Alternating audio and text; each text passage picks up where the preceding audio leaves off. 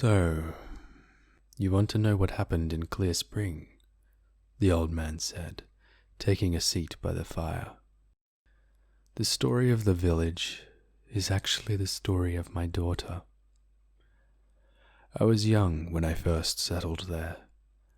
I made myself a house, cut down some trees, and started tilling the land like any decent man would do.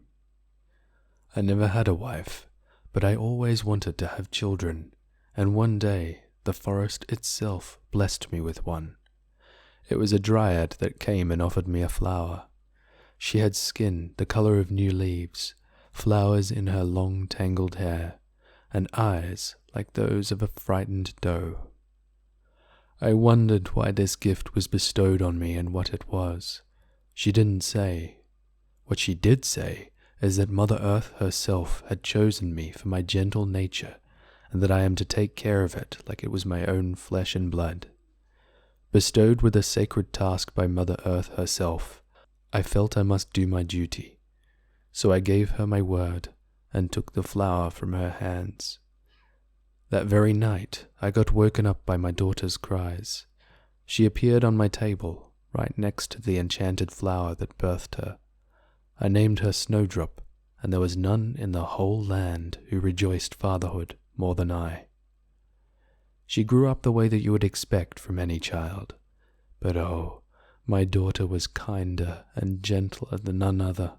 She would praise blossoms and butterflies, birds would sing for her, and lambs would seek her company. As she grew, I taught her a woman's duties: how to hold the broom, how to wash the pots and pans, how to be a good housekeep. Diligent she was in her duties, never once disobeying my word.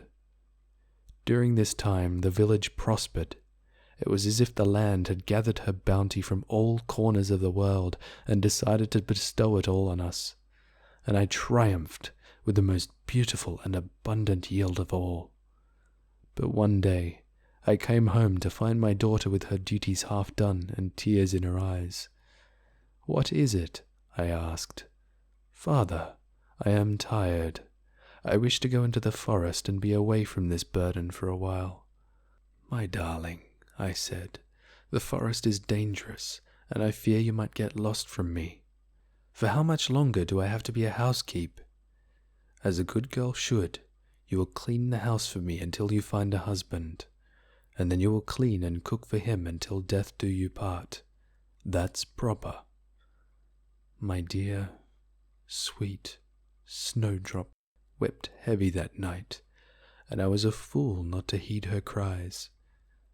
It kills me to tell you that the next day I scolded her for shirking her duties again. Back then I did not understand why her hands and soul weren't meant to bear the simplest of household chores, and I paid dearly for it. For months to come, the people's crops would not grow.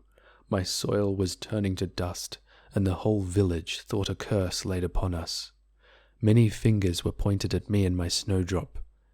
"Witch's daughter," they would call her. Fear and insolence gripped me as the neighbors pressed me to go and chide my daughter into bringing back the growth.